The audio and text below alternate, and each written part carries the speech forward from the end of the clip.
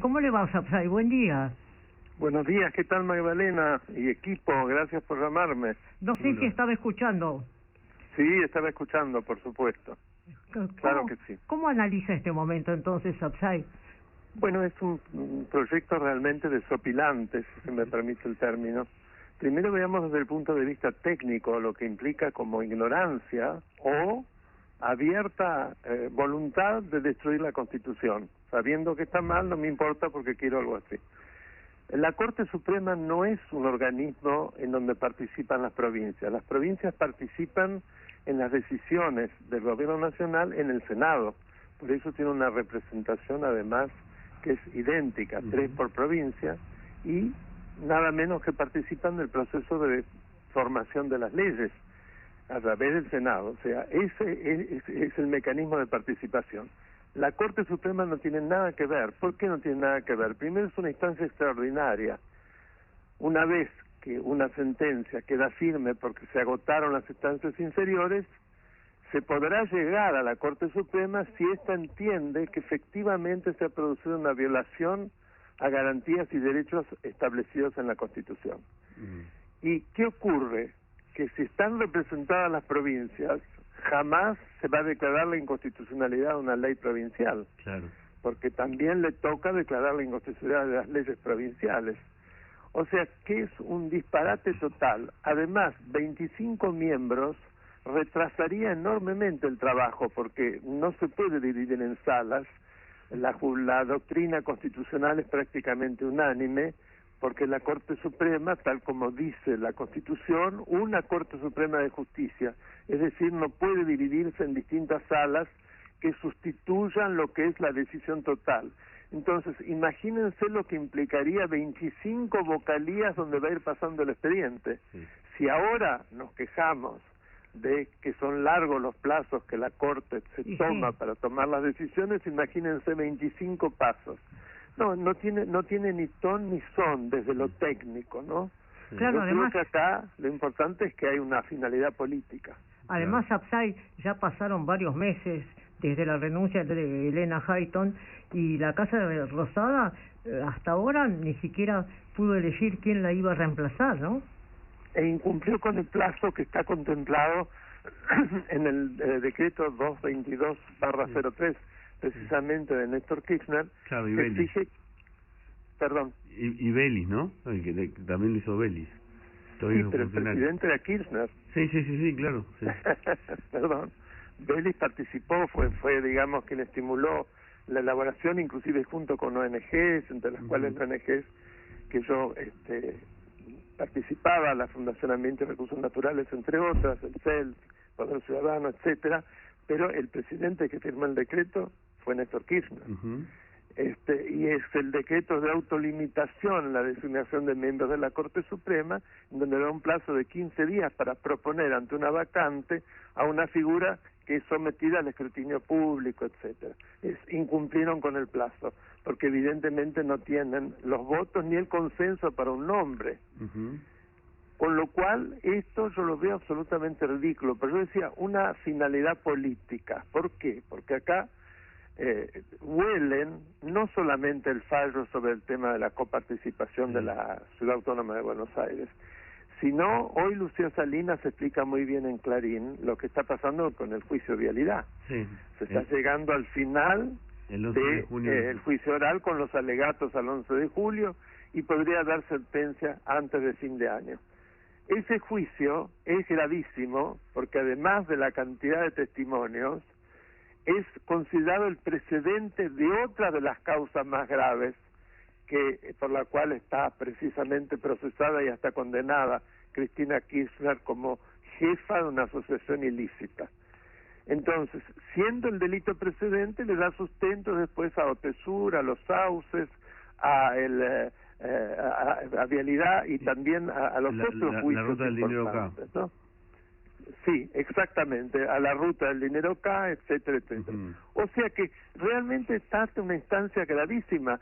Fíjense que inclusive sería una excepción si se llega a esta sentencia que pareciera que no se descarta que va a ocurrir, porque los tribunales se toman siempre el año anterior a las elecciones para no terminar con una decisión, para que no se crea que quieren influenciar en la selección. En este caso no ocurriría así, por la gravedad de los hechos que están en marcha. Sí, en el juicio fue apabullante, primero ya el nivel de prueba que se había juntado en la etapa de instrucción, pero además, como dice usted, los testigos, ¿no?, fueron muy rotundos. Ese juicio donde se está investigando si le dieron a Lázaro Báez 47.000 millones de pesos de aquel entonces para hacer obra pública, que Lázaro Báez está en la realidad, no la hizo, no se la auditó, no hay rutas que terminan en ningún lado, y un montón de cuestiones más. Ahora, siguiendo esta cuestión, ¿no?, si finalmente hay condena, ¿qué pasa si una vicepresidenta en ejercicio es condenada?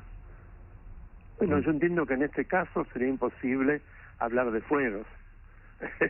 Es decir, frente a un caso semejante, ante una causa tan grave, debería rápidamente cumplir con una condena efectiva, que por la edad obviamente será domiciliaria, pero me extendería muchísimo que ya ante semejante situación eso no ocurriese. De ahí la desesperación de ella, claro, porque se la ve inclusive ayer cuando le da la clase a Fernández, todo ese grotesco de un Pimpinela, pobre Pimpinela, que son divertidos. Esto es un grotesco de los Pimpinela, pero se la ve que estaba absolutamente sacada, ¿no? Porque todo esto la debe evidentemente preocupar, porque también involucra a sus hijos, a los adláteres, etcétera, etcétera. O sea, se cae toda una ficción que ya no resiste más, y además hay una presión social muy grande para que eso ocurra. Daniel, ¿cómo te va? ¿Qué tal? ¿Qué decís, Miguel? Bien. Y entonces, lo que podríamos denominar igualmente, como siempre, la ruta de la impunidad va rumbo a colisión, no funcionaría. Pareciera ser el proyecto de Cristina Fernández, la ruta de la impunidad, ¿no?, y llegar a buen puerto para ella. Claro, pero así como los caminos que no se construían y no llevaban a ninguna parte, la ruta de la impunidad pasaría lo mismo. Es una metáfora curiosa, pero pareciera que se va hacia ello. Eso veo cada vez más claro, porque día a día vemos noticias que van en ese sentido, a lo que se une una situación socioeconómica espantosa y además una situación en la cual vemos que la sociedad está cada vez más harta, y que además la sociedad está muy involucrada en los temas vinculados con la corrupción. Muchos de los banderazos y del voto inclusive en las últimas elecciones tuvieron que ver con la corrupción, no solamente con motivos exclusivamente económicos como se dice generalmente. Ahora, usted que conoce tribunales como pocas personas, esta Corte Suprema frente a este acontecimiento, ¿se puede sentir presionada?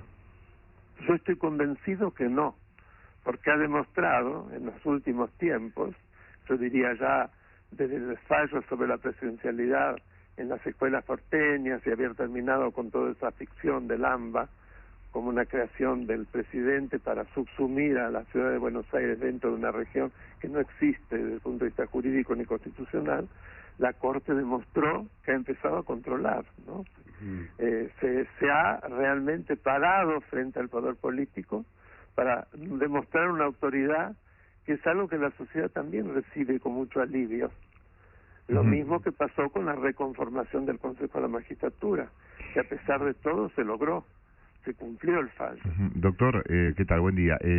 ¿Qué tal, Roberto? ¿Cómo le va? Es Bien, un gusto. Igualmente. La Argentina ha tenido gobiernos que siempre han tratado de cooptar jueces, segunda, terceras líneas, de funcionarios judiciales, tener amigos en los pasillos, visibles e invisibles. Hoy a este gobierno se le notan los amigos dentro de la justicia, los rehenes dentro de la justicia o los empleados dentro de la justicia. Sí, pero cada vez menos, porque inclusive algunos de esos amigos, con sentencias que son absolutamente increíbles, se encuentran con que los tribunales superiores le ordenan que reabran los juicios.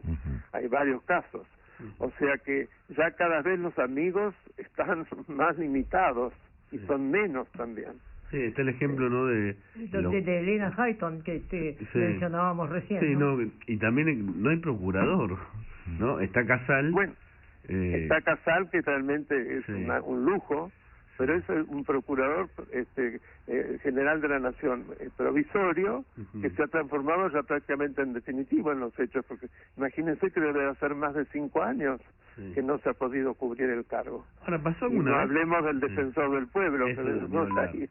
Sí. Para los 14, 15 años sin defensor del pueblo. ¿Pasó alguna vez que una gestión presidencial, porque esta probablemente termina así, no nombre un procurador cuando estaba vacante de Entera cargo? todo un, Claro. todo un mandato yo no recuerdo. Sí. Y Bueno, tampoco Macri estuvo la mitad sin, ¿no? Claro. Pero entera yo no recuerdo, francamente. Sí. Es decir, aquello que es, digamos, un principio fundamental en el derecho constitucional, que los cargos que prevé la Constitución están para ser cubiertos, acá pareciera que es un principio que tampoco se observa. Increíble. Y respecto a la frase esta, ¿no?, de la vicepresidenta ayer al presidente, te pido que la lapicera la uses, ¿no? Sí. La Constitución ya indica que el presidente no es el presidente de la Nación, jefe de la Nación, jefe supremo de la Nación, jefe del Estado Mayor Conjunto de las Fuerzas Armadas. ¿Qué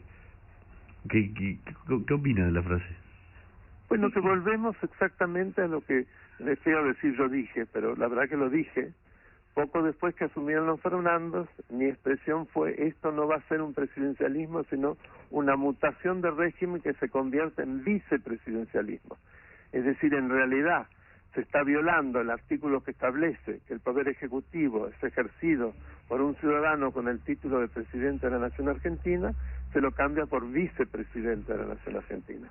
Y vivimos entonces en una mutación inconstitucional que nos somete a este juego, que no es lo que la Constitución dice. O sea, ya esto empezó inobservando nada menos que el respeto del formato fundamental del régimen presidencialista, mutándolo en un vicepresidencialismo. Y ayer ella se dio el lujo, fue un acting mostrándole quién manda. Daniel, ¿qué pasa si él no aguanta más? Si él pega el portazo y se va mañana, o se queda en su casa, dice me voy, ¿qué pasaría con la Argentina? ¿Dónde Cristina va a encontrar otro tan dócil? Bueno, pero ¿qué pasaría si él se va? ¿Qué pasa con el país?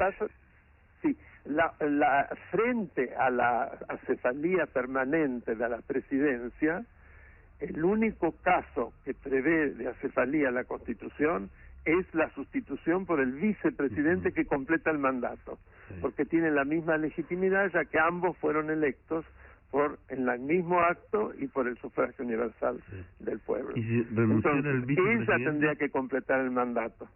¿Y si renunciara a ella también? Si renunciar es lo que se llama la cefalía total del Ejecutivo, y se aplica la ley que se aplicó en el 2001, que ustedes recordarán, que llevó a Duhalde a la presidencia, también con muy poco éxito, porque ustedes recordarán que tuvo que recortar el mandato porque no aguantaba. Sí, es cierto. Y además es una ley para mí inconstitucional, porque desde la reforma del 94 no hay más elecciones indirectas de los funcionarios electivos del Ejecutivo, del Gobierno Nacional. Es decir, tanto la elección del presidente y vice como la elección de los senadores se transformó en directa. Entonces, ¿cómo frente a una situación tan de emergencia vamos a aceptar una elección indirecta que puede recaer, además de manera antojadiza, en contra de lo que el pueblo eligió? ¿Por qué digo esto? Porque no olvidemos que quien había perdido la elección, había ganado De la Rúa, había perdido Duhalde. Quien la había perdido por esa suerte de arabesco extraño, después de que habían pasado varios, resulta ser el que va a completar el mandato por el cual el pueblo no lo había elegido. Eso demuestra el disparate que es esa ley. Sí. Ahora, usted decía, esto evidentemente es político, ¿no?, por la Corte de 25 miembros. Alberto Fernández no es profesor de Derecho Constitucional, ¿esto no lo sabe? No, de Derecho Penal. De Derecho Penal. Derecho Penal. Pero igualmente. De Derecho Penal, bueno, pero además... igual. Claro, sí. Por supuesto, todo profesor... El derecho constitucional es como la sombrilla de todo el derecho. Claro. O sea que todos los profesores tienen que basar sus enseñanzas, los fundamentos de sus decisiones, etcétera, en el derecho constitucional, si no están fuera del sistema, ¿no es cierto? Sí. Pero en el caso de él es muy importante decirlo, él ya no es más profesor porque no ha concursado, solo una vez concursó, en la Facultad de Derecho de la UBA, le digo porque yo soy profesor allí. Transcurridos 7 años se vuelve a concursar y él nunca más concursó. Se lo nombró a dedo a partir siempre de los amigos, da un curso que yo nunca lo vi. Mire que hace más de 30 años que soy profesor de UBA, desde el regreso a la democracia. Nunca lo vi. Un sobre la teoría del delito. Sí. O sea que es un docente, Sí. no es un profesor, siendo porque mal, no concursó.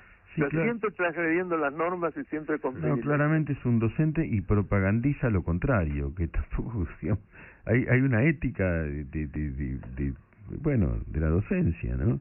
Porque Pero propagandiza... fíjese, Miguel, la diferencia, si me permiten, Sí. de lo que ocurrió en Estados Unidos con las últimas elecciones, con el estado de Georgia y el estado de Pensilvania. Una senadora que era profesora de una facultad importante, no sé si de Stanford o de Yale o cuál de ellas, votó por la ilegitimidad de esas elecciones, por el voto electrónico, ustedes se acuerdan, o sea, algo Sí. absolutamente, digamos, arbitrario y a favor de Trump.